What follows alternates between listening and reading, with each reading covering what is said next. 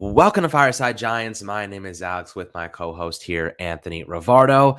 Today, we got something special for you. We want to take a look at some of the Giants' more influential receivers in this New Orleans Saints game in the win and really how they got open. What did they do differently than other games?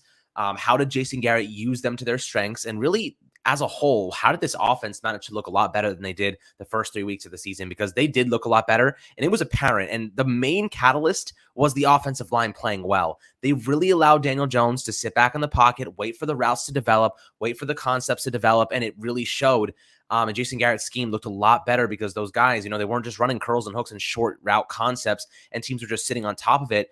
And it really proves that if the Giants' offensive line can hold up and give DJ time, this offense, the sky's the limit, especially with Kadarius Toney taking a bigger role. We didn't even have Sterling Shepard or Darius Slayton, and still this offense looked a lot better. And I'm really excited to take a look at some of just the unique plays that they did run and how Kadarius Toney is just a walking joystick. And the guy really made a lot happen without, doing much, having much, I guess, from the scheme. Like, he would just get the ball and he would make it happen himself. And I have a couple of cool statistics to go along with that, so you guys can enjoy those and really see how great he's been in the small sample size of games so far. But I'm really excited to dive into this film, take a look at some of these receivers, take a look at some of the awesome graphics that Anthony put together to give you an idea of how Jason Garrett's scheme is developing. And there is stuff in here that is actually pretty good. But Anthony, before we dive into the good stuff, how you doing today, my friend? I'm doing really good. And one thing that I got to say, I have to give some credit to Jason Garrett. I called him out. Many of us did, but I went as far as to make a video calling for his firing. I was so fed up with the offensive scheme after the first 3 weeks. He heard the criticism, maybe not specifically from me, but Jason Garrett definitely heard the criticism, and he got the most out of his playmakers this week. Short two key playmakers, Darius Slayton and Sterling Shepard, but he found ways to scheme things open for Saquon Barkley, for Kenny Golladay, and Kadarius Toney, and Daniel Jones had a hell of a ball game, and you do have to give a lot of credit to him and Jason Garrett for being on the same page, working together to put together an awesome offensive game plan. So I'm really excited to break it down. I do have some good graphics in there, some really great route concepts to break down, and really want to dive deep into the individual performances from some of these receivers because they were playing some top-tier football. Absolutely. So let's jump right into it, my friend. All right. So to start off the game, or rather this film session, we're going to take a look at a little bit of Kadarius Toney. And I love me some Kadarius Toney, my friends. He did something in this game that we haven't seen since maybe OBJ was on the field. The ability to make guys miss, the ability to create yards after catch. That was what Golden Tate was supposed to do. And that guy might as well have been in a wheelchair out there. So now you have a guy like Kadarius Toney who's out here really doing things that are unique, things that you can't replicate. You are born with this type of skill. You're born with the ability to stop on a dime, change direction, and do some of the things that we saw him do against the Saints, picking up first downs on a 3rd and 18, which is what we're about to see right now on a little whip route, creating some space underneath, and then bam, you're blocking out here. And just look at him move, man. Just look how quickly, bam, stops. That guy has no idea where he's going. He's entered another realm. He's just weaving and wobbling and just doing so many unique things. He's still on his feet. This is a player that you don't find very often, right, Anthony? When you're looking at Kadarius Toney, there aren't many guys like him in the league. If they can get him the ball and they can do some unique things, and we're going to see some more really crazy stuff he does later in this film session, the sky's the limit for this kid. He's not a burner. He's not going to burn you deep like a Tyreek Hill, but when he gets the ball in that 0 to 10 yard range, even 0 to 15 yard range, it is almost impossible to take him down if you're in coverage one-on-one and he gets the ball and he reacts. You're dead in the water. There's no way he's stopping you. Yeah, his stop-start ability is, incredible. Like the way he just gets the ball and just accelerates instantly, makes people miss. And really his vision is very impressive as well because this is a 3rd and 18. He knows where the sticks are. He has the awareness at the end to try and fight for that extra yard, get a little extra push. But if you watch how he can see where everyone is before they even get there and just make those moves and, break tackles, he can anticipate who's coming to tackle him. His ball carrier vision is actually really just top tier. And he does such a good job navigating through the traffic. And you see right there at the end, he could feel that backside defender coming and he spins off and then lunges forward to get that first. Just the high football IQ and awareness, and also just playing with a whole lot of heart, putting his body on the line and diving through contact to get this first down. It's really just one of those things that excites you so much. Alex and I were banging the table. We were saying, Jason Garrett, please get this guy involved. He's a weapon after the catch. He's one of the most explosive receivers that I've ever seen play the game. And so you see it really on full display on a play like this. And this is just one example of many. If the Giants continue to give him the ball in space on short route concepts like this with lead blockers, they're going to continue to reap the benefits and really feel the effects of Kadarius Toney's explosion on the football field. Yeah, and I love, look at this. You see this guy at the top of the screen. I'm not sure exactly who's blocking him. You can see it better, but he goes flying past him. There's just so many bodies going on. But also, what I liked about this the most is that the Giants used a lot of empty set in this game, and it really spread the offense out. It really gave them a lot of targets. It created a lot of confusion for that defense, and it forced them to allocate attention to so many different players. You know, you're looking at John Ross. How am I going to protect deep? We have to push guys back. We can't be playing in the box. We can't be playing cover one. We got to be having guys back in the secondary, because otherwise he's going to burn us deep, which we see later on in the film session. Or Kenny Golladay, you know, how is he going to take advantage of us? You know, or Saquon Barkley. If you're playing empty set there, how's Kadarius Toney? How's Evan Ingram? You know, there's a lot of talent on this team, and you can't stop them all. And that's the best part about this empty set look that I really like. It creates so much confusion. You can't really tell who's going to get the ball, and they get it to Kadarius Toney here. And watch the guy come running in from the left side of your screen, and just watch him go flying. So it's really nice to see. You know, how they're really getting all these guys active, but also creating confusion for opposing defenses. This is the first game where I saw a scheme that really attacked our strengths. You know what I mean? We, you know, really often expose a lot of weaknesses here, but the Giants using that empty set, we see it on the touchdown to Saquon Barkley later in the game, 54-yard score, empty set. They're getting a lot done with that. Anthony, you called it out the other day on your Tony's takes. You know, get him involved as a receiver, split him out wide. We saw them do it in the past with Pat Shurmur, and he was a monster at it. They did so well against Houston, against Washington. They did so many unique things to get Saquon Barkley open, and now they're finally moving forward and really incorporating him in more unique ways, which I think is going to be very essential against this Dallas Cowboys team on Sunday. Yeah, honestly, are we sure that Jason Garrett doesn't watch Fireside Giants on a consistent basis? Are we sure he's not going on YouTube and Googling Jason Garrett, you know, just searching his name and then seeing what pops up? Because if he is searching up Jason Garrett on the internet, there's a good chance that my video did pop up, and he did hear me say, start running Saquon Barkley as an outside receiver and let him run some streaks, because literally the very next day after I posted that video, they did it, and they scored a touchdown. So honestly, guys, I might have somehow called that play on Sunday. Give me a little bit of credit for that. I think that I got that touchdown pass. I think that was all me. I think Jason Garrett heard me, but of course I'm only playing around. But I'm happy that Jason. Yeah, if the take us to the next level. If the Giants really are listening to this, send me an email, okay, or send me a message on Twitter. I'm happy to start working in your office, but. Of course, Jason Garrett, that was a really great play call. I love that design, the empty backfield set. We're going to get into that in a little bit. Of course, it's going to be later on in this film breakdown, but I love getting Saquon Barkley involved in the receiving game. It's very important. And here's another thing that I want to bring up. Getting him involved in the receiving game means, yes, having him run more routes than just little flat routes, but it also means utilizing him in the play action game. The Giants ran a lot of play action on this play. And oftentimes, I think that Daniel Jones probably had like an 80% completion percentage throwing off a play action this week. I mean, that's kind of a guesstimate, but I know that the number was really high. And Daniel Jones, man, he was seeing the field so well coming off the play action, because if you see this, look at how many guys are crowded in at the line of scrimmage after this play action. They really sucked in that defense and opened things up right here. Get this ball out to Kadarius Toney in space. Sure, Demario Davis, great linebacker, makes a really good play, but you gain some yardage on that, and you don't have that yardage opportunity without that play action. So Saquon Barkley, yes, use him as a receiver, but also run that play action game. Have the defense focus on Saquon, suck into the box, and then open things up underneath or over the top. However, and even here, if you look at this, Daniel Jones, I think that he had his second read. If you're looking right at the New Orleans Saints logo coming across the middle, Evan Engram is breaking. I think that if he gets to read two, the Giants have a big play, much larger play on this play than they did. Either way, it doesn't matter. Quick read to Kadarius Toney, nice gain of yardage. But Saquon Barkley, look at the emphasis or the impact that he has on this offense. Look at how there's three guys just sucked away from this play and two guys trailing Toney because they were too busy playing run defense. Saquon Barkley's impact cannot be understated. Oh, absolutely not. And Kadarius Toney, I really wanted to point out, and I included this clip in the session here because I wanted to show how he's kind of getting involved in terms of, pre-snap motion and then also those decoy jet sweeps, right? The Giants want to get him involved in many different ways. I don't trust Evan Engram with anything at this point in his career, especially not jet sweeps. From the fumble last year, dropping the football, from, him in the red zone, not doing anything. And, I just don't really feel comfortable with the ball in his hands, especially in the backfield.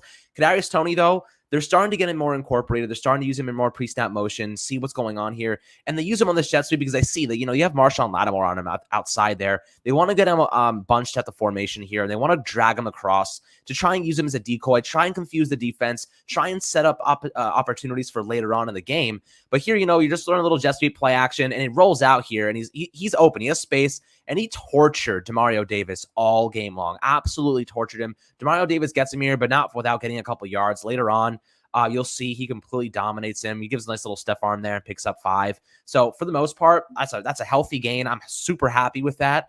And you're just starting to get an idea of how they're incorporating Kadarius Toney, these decoy jet sweeps, using all these drags and slide routes across the line of scrimmage, these whips and slants you're going to see later on. He's at the line of scrimmage, and he actually waves to Daniel Jones to tell him, I got a matchup against Malcolm Jenkins. I'm going to torch him. I'm going to break his ankles. And he absolutely does. Spins him all the way around and ends up getting a first down out of it because he's running hard too. So the way they're getting him involved, really excited to see what this guy is going to be capable of doing as they really design more plays for him, get him more incorporated. The sky's the limit for him, as we continue to say, and we're going to keep seeing it throughout this film. Absolutely. And on this next play, I'll break this down. I did add some graphics on this one. Another really nice concept and design by Jason Garrett. It's a pretty basic design, but the key to making this one really work in this play, of course, dagger.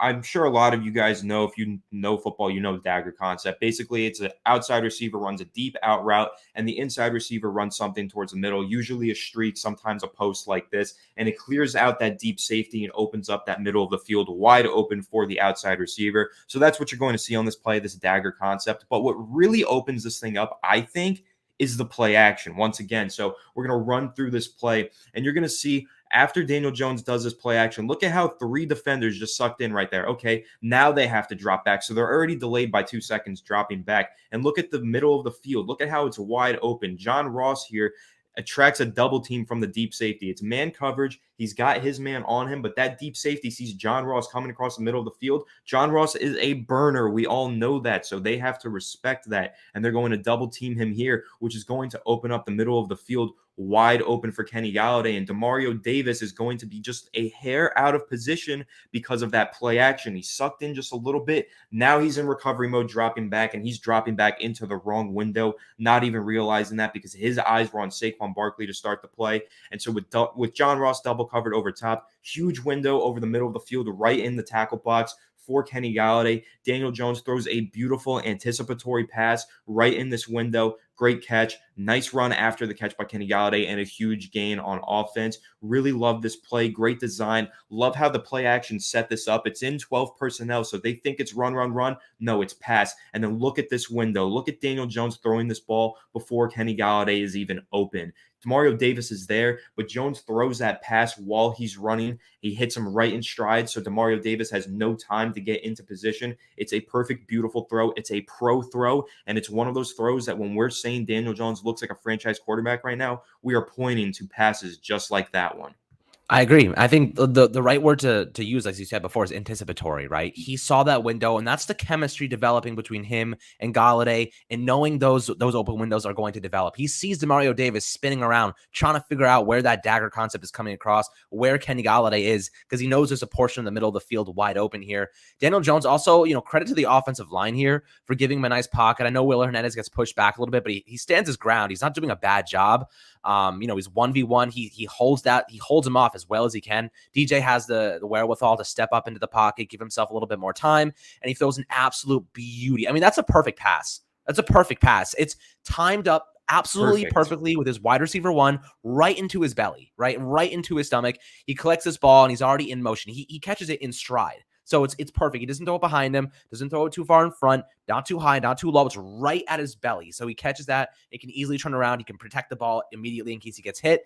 And I think for the most part, you're seeing this offense develop because you're seeing the chemistry between Kenny Golladay and Daniel Jones develop. You're also seeing Daniel Jones throw into windows that aren't open just yet. He's actually anticipating those windows opening. Another really big sign of his growth and development. And you're seeing the offensive line perform at a high level. So all these factors together talk about all cylinders clicking at the same time. We saw it a lot during this game, and it was a result of, this win. And I think the win was just a result of just so many great things happening simultaneously. So this is just a great play for the Giants. Anthony did a great job breaking it down for you. I don't think I have to say any more. than just Daniel Jones, and the entire offense here just looked great all around. I mean, John Ross drawing those two safeties out of coverage was phenomenal. What more can you ask for?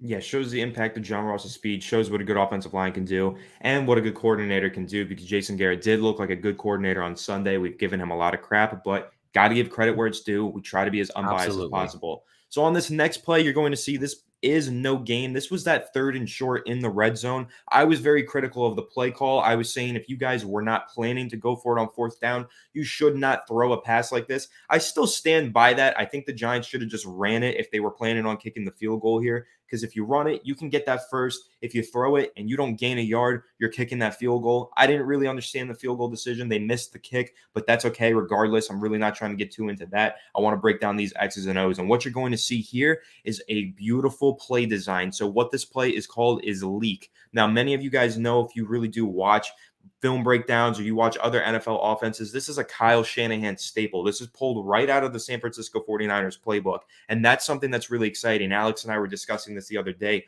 We like seeing now, because this wasn't always the case, Jason Garrett is starting to pull little bits and pieces from other offensive coordinators' playbooks. We saw a play just like this leak concept invented by Kyle Shanahan. Kyle Shanahan has used this so many times. The 49ers score touchdowns on this nearly every single freaking week. So what you're going to see here is everybody is going to go to the right side of the field. It's going to pull every defender right, except one guy is just going to slip underneath on this little drag and then wheel route. And they're going to run this leak concept. And usually the design opens things up on the left side because everybody's on the right side. The quarterback rolls out right. The play action takes the play right. All the receivers run right. And then one guy leaks to the left, and it usually creates a wide open touchdown. And the Giants had an opportunity to hit this play, but as I let it play through, you're going to see here, watch Caden Smith come across on this drag route. See him right there? That is the most clear and obvious holding that I have ever seen. I don't care if it's within 5 yards. There's no way you're allowed to grab a man by his belt and just hang on.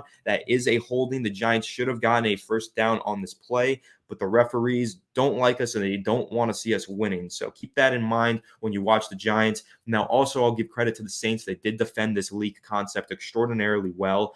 Usually there's not that deep safety there, but honestly, if he wasn't held, Caden Smith, there's a chance he might have outran that cornerback that was trailing and got into the pylon before that safety did. So that hold made all the difference on this play, but I just really, main point to take away, Jason Garrett is starting to take away some plays from those elite playbooks that we keep discussing, like that Shanahan playbook, and that ultimately is really exciting because it's going to lead to a lot more explosive plays and a lot more progressive and modern approach to offensive football.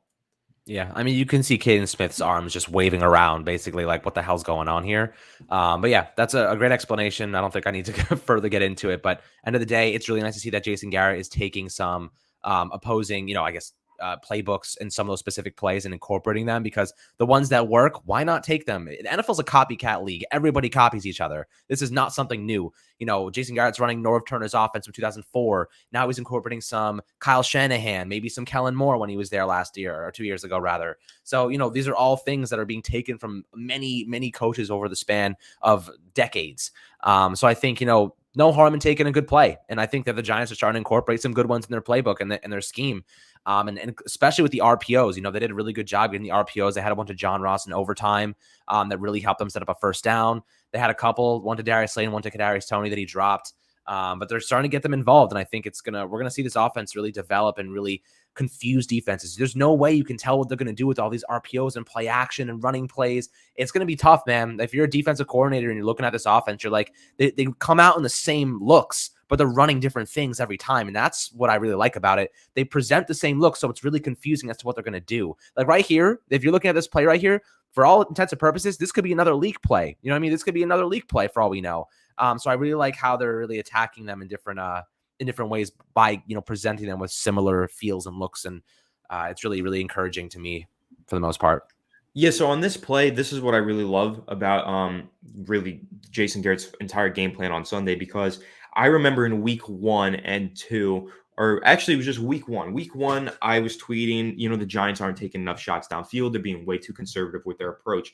And some fans on Twitter asked me, how do you create shot plays with a bad offensive line? How do you create plays that take away the risk for the quarterback of throwing an interception while also taking a chance downfield? And I explained, Well, there's plenty of ways to do that. You can draw up some built-in shot plays that have built-in check downs, right? So look at this play right here. It's a vertical shot play. The check downs are built in. So you see that drag route and you see Saquon Barkley going to the flat. So what you're going to see here, once again, you're going to see some play action. This play is going to lead to a touchdown by John Ross, but this play action, now let's see exactly how this play gets open. Ready? So the free safety are on this play is going to be playing that robber, that middle hook zone, while the strong safety is playing that deep zone. So you see that, and you see the linebacker underneath playing man-to-man on Saquon Barkley. Well, that means that the drag route's going to be open for the check down, but it also means with that free safety not playing deep, that means that the strong safety has to go from the left hash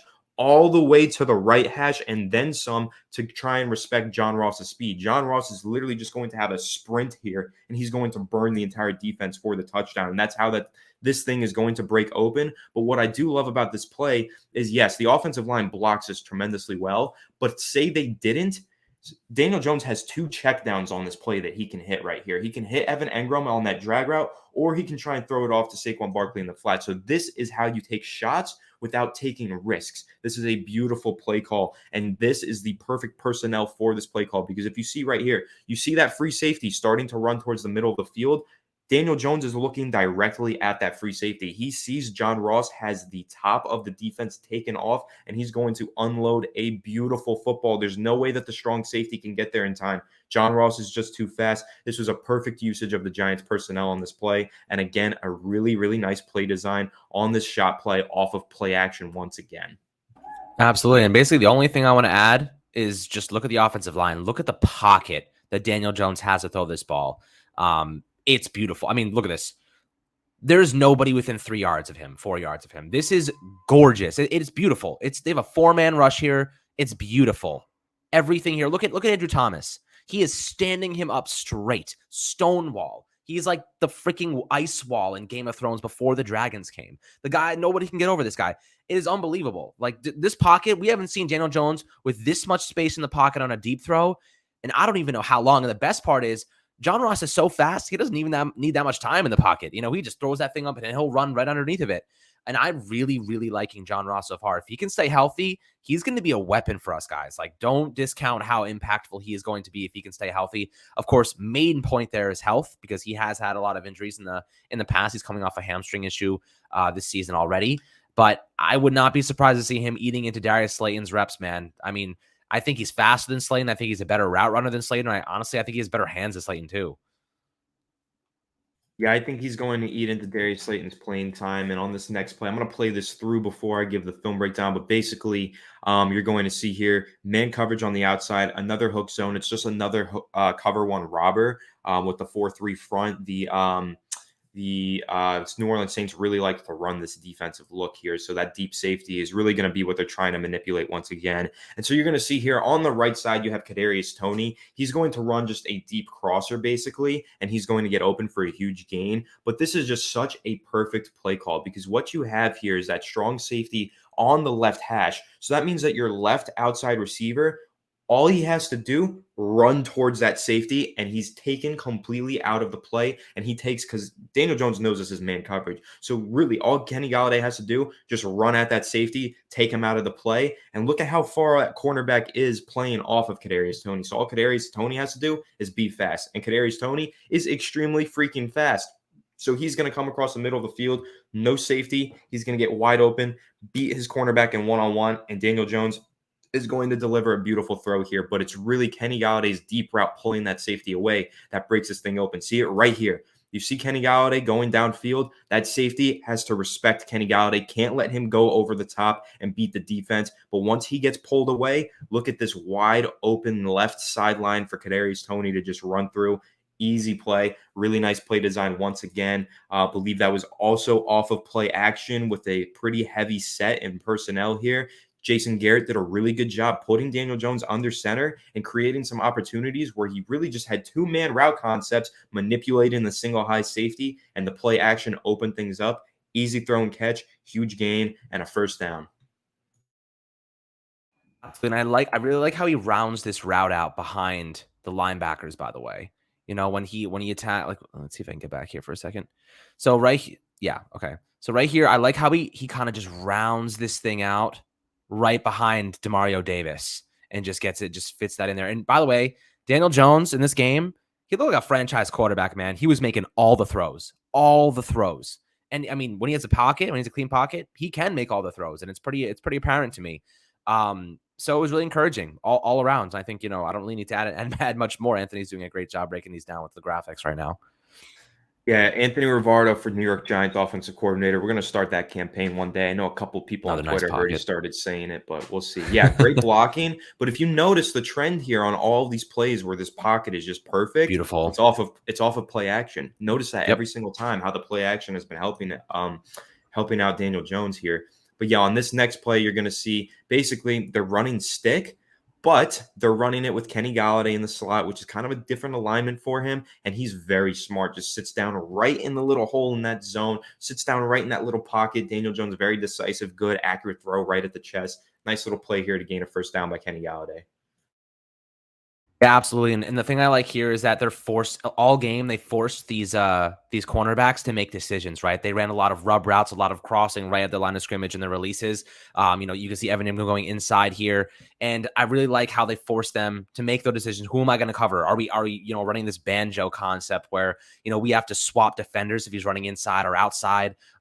That's kind of what I liked about this scheme. And this is, if you're going to run a curl route like Jason Garrett likes to do, if you're going to run a curl route, this is the right way to do it. Create confusion there, force those defensive backs to make a tough decision. And then you have Kenny Golladay who's just sitting there right in between the zones, and bam, easy.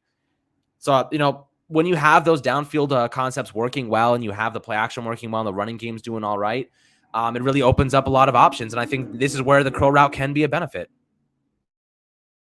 Yeah, absolutely. I mean, there are certain times to call a play like that. We give Jason Garrett some crap sometimes because he runs curls so frequently, but that was actually more spot. That was a concept spot where you really are just running hitches to get to the sticks.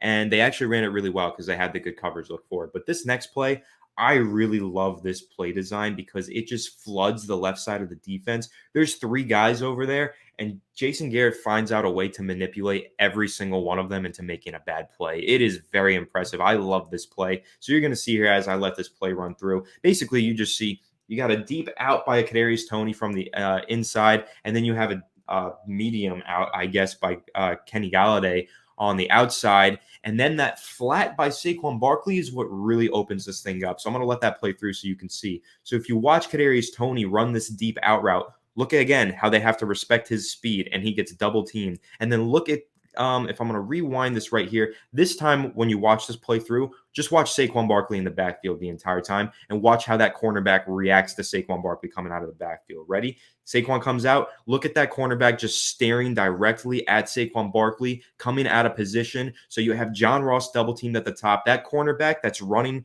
trying to look at him. He's literally sprinting downfield to make sure that Kadarius Toney doesn't burn them over top. He has no idea that he just left his zone and left Kenny Golladay wide open. And then that flat cornerback staring at Saquon Barkley also has no idea that Kenny Golladay is running wide open right behind him. This play, this is one of those situations we've been talking about, like Alex and I have been screaming and crying about, where you can get your best playmakers wide open through the scheme. If you have a good offensive coordinator who's creative and knows how to manipulate coverages, it's as simple as that. He's going to run a good play, and people are going to run wide open downfield. That's exactly what happened on this play. Kenny Golladay, easy throw and catch for a first down, and it really was Jason Garrett with the awesome play design here to manipulate those outside cornerbacks of the New Orleans Saints defense.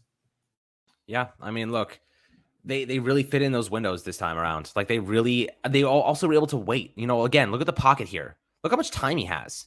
I mean, he's sitting there, he's waiting. Off of play action once again. Off of play action, waiting. Look, Will Hernandez doing a phenomenal job. Andrew Thomas, phenomenal job. Double teaming that interior guy with Billy Price and Matt Skura. Kyle Rudolph and Nate Solder out here. Like, they're all doing a good job blocking. And look how much time they have. And bam, you have Kenny Golladay with 10 yards of space here. 10 yards. I mean, what more can you ask? Like, this was the best offensive performance we've seen this year and last year. You know what I mean? Everything was working. Everything was clicking. This is what the standard is now, though, guys. We set the standard last week. We cannot be regressing. It has to be only going up from here. Everybody is healthy. Darius Slayton and Sterling Shepard's played. They were practicing today. They were fully padded. This is an opportunity for the Giants to really start taking the steps forward toward being a competent offense with continuity and the development of this chemistry. There is no room for regression here. This only has to be an upward trajectory from here on out after a performance like this.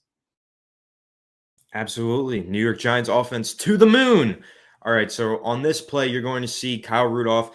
Honestly, got to criticize Kyle Rudolph a little bit. He really looked like he had no heart on this play. I really think that he could have fought harder to get into the end zone here. I think the Giants only come away with 3 points on this drive.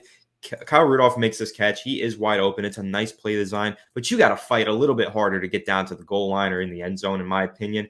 But one thing that I want to point out on this play, Alex did point this out to me before we started this. If you watch here, Saquon Barkley in the backfield comes in motion. No one at all follows him. So what does Daniel Jones know? Well, now he knows that it's zone coverage. So he knows to look for pockets. Rather than looking for man beating man, he knows to look for pockets within the defense to throw into. So that's one thing. The other thing is, look at how this corner has to come down and just bite down a little extra because Saquon Barkley's running the swing route. And if Saquon Barkley's running the swing route, you got to respect it. And what does that do? Well, that flat cornerback is now out of position. It's just up to Kyle Rudolph to find the open part of the zone defense, find that pocket that Daniel Jones is searching for, drift into it, get wide open for an easy completion, and say that cornerback didn't get terrified of Saquon Barkley and he did go cover Kyle Rudolph. Well, you have Saquon Barkley in motion. He's already got a full head of steam. You throw this swing pass to the left flat, he's catching that with a full head of steam, breaking 3 tackles and getting the first down anyway. So on multiple levels,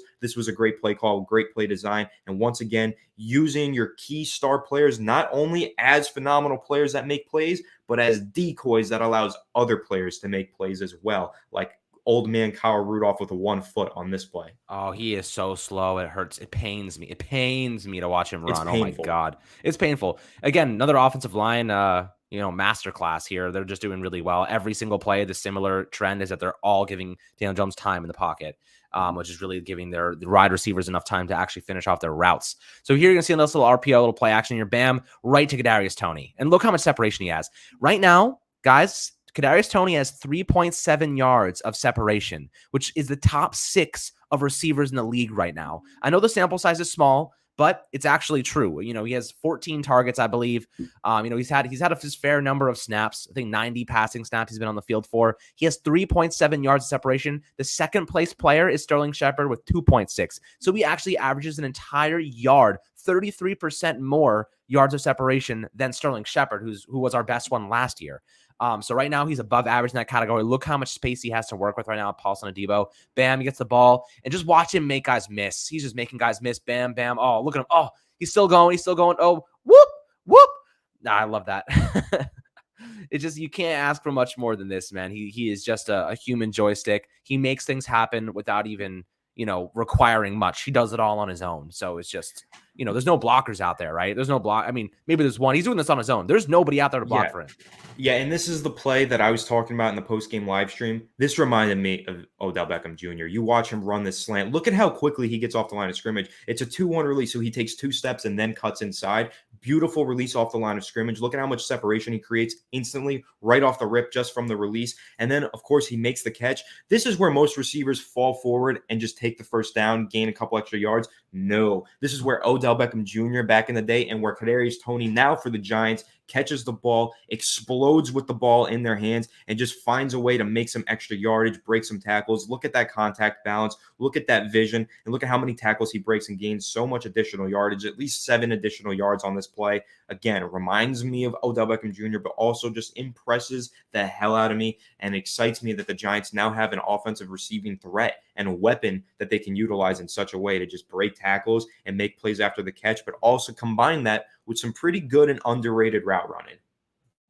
Absolutely. I mean, and here you got the Saquon play. And Anthony, I know you want to kind of take a look at this. They do a really good job here. And if you're looking at Daniel Jones' line of scrimmage from the end zone perspective, he actually looks at Demario Davis. He kind of stares at him to try and draw some attention away from Saquon Barkley. Loving this empty set look here. They're doing a lot of different things. This is where Anthony said in his is Toney's take where they should be getting him more involved. 54-yard play right here. They run a little out with Evan Ingram, and it just bites. It just forces those guys on the opposite side of the field to bite down, and it just gives Saquon Barkley this streak up the sideline. Honestly, I don't really know how Marshawn Lattimore gets caught so out of position here. They're playing single high safety. I don't know how they don't see this coming. This is a really bad coverage lapse for the Saints, but I will take it, man. This is the play that defined the game, in my opinion. This play right here gave the Giants that momentum to really close it out, get to overtime and win it. And I think, it also to get Saquon Barkley involved as a receiver and for him to score like this, the amount of confidence this gives him, it really is next to none. Yeah, this is a beautiful play because what the Giants do here. So this is a play that they ran earlier in the game. They ran this empty backfield set with Saquon on the outside twice in this game. Earlier, Saquon Barkley was like, hey, listen, I think that we might have it here. So let me know if we can run this again later in the game. He says this to Daniel Jones. Daniel Jones looks at this play, says, okay, let's run it again right here. They run it and watch what happens here. So from that slide, I believe that's Evan Engram runs this little quick out route, and watch how that cornerback bites down, creates one-on-one on the outside for Saquon, burns the cornerback, and that's it. They bust this coverage. This is a busted coverage. It's really not the most complex route design, but that cornerback is just kind of staring down Evan Engram on that out route, wants to jump it, realizes, oh wait, I can't jump that. There's no way I can. Yeah. They took advantage of an aggressive cornerback and beat the defense over top. It's a single high safety. When you spread the defense out, or when you spread the offense out against a single high safety, look at how much space there is to work with on the field. That's what John Ross was wide open across the middle of the field. Yeah, use the space that's afforded to you with the spread offense and get Saquon Barkley downfield for some good plays. Shout out to Jason Garrett listening to Fireside Giants and drawing up this play to run the very next day. Absolutely. I mean, look, we've been calling for it. Give him more space. Use the space the defense is giving to you. You don't have to condense everything, shrink the field. It's just unnecessary for the most part. So, it is what it is. But here, let's see what we got going here. Nice little. This is just another Kadarius Toney, and this is the play where he's waving his arms around. Basically, he's like DJ, like give me the ball. Like I got Malcolm Jenkins. You'll see it right here. Let me time it up right. So you see him right. You see him waving his arms in the slot there, but he's like, come on. I got this guy. It's Malcolm Jenkins. He's never looking at me. I'm going to twist him around. I'm going to break his ankles. And bam, he just runs, slant, bam, he's gone. I mean, look at the separation there. 3-4 yards of separation. Route. Everyone wanted to criticize Kadarius Toney coming out, saying he was an unrefined, not so good route runner. I'm saying he is an underrated route runner. He runs a great slant. He runs a great whip. Look the way that he just explodes out of breaks. That was a great route. And then again here, this is why you pay this guy $18 million per year. Look at that explosion after the catch. And look at that fighting. Look at Kenny Golladay fighting through contact to make this reception. We talked about contested catches, throwing into tight windows. Well, that's a pretty freaking tight window. And that's a big baller, big bruising receiver running into the safety, bouncing off of that contact and continuing to go downfield. Great play by Kenny Golladay. And again, this right here, this is why we're saying John Ross is going to eat into Darius Slayton's playing time. The connection that Daniel Jones and John Ross have, this is a perfectly timed curl route and a great route. We talk about how hard it is sometimes to beat man coverage with a curl route. Well, John Ross beats the man coverage with a curl route here, and it's perfectly timed for a good first down. And on this next play, one last time, once again, you're seeing Jason Garrett flood the left side of the field and create opportunities underneath for his playmakers like Kenny Golladay. It was a very good, a greatly called day by Jason Garrett. He called a really good game on offense, and it really is the reason that the Giants won this game. It's because Jason Garrett got deep in his bag of tricks, went in that every crevice of that bag, pulled out all the tricks, and really created a great game plan for the New York Giants to come away with the victory. I agree. It was phenomenal. He did a great job, and I'm really, really excited to see what they can do against Dallas. Who has a pretty decent defense. Got Trayvon Diggs, you got Leighton Vander Esch, you got Micah Parsons, who Joe Judge was raving about all week. We got to take advantage of them, man. We got to find ways to attack those young corners, those kind of inconsistent secondaries in the league. And the Saints are a much better defense than the Cowboys. They were the 6th ranked defense entering this game, and we put them in their place. So let's see another consistent performance. We're going away. Daniel Jones is better away than he is at home. They're going to be in a dome. There's no wind. This is an opportunity to string together another great performance for DJ. Maybe another 400-yard game. They're going to be passing a lot. This is going to be a high-scoring game, at least on one side of the ball. So we got to keep up. We got to at least try. But guys, I hope you enjoyed this film session from Anthony and I. Anthony's graphics were phenomenal. Did a really good job breaking those down. So kudos to you. And calling some nice plays that Jason Garrett was clearly listening to.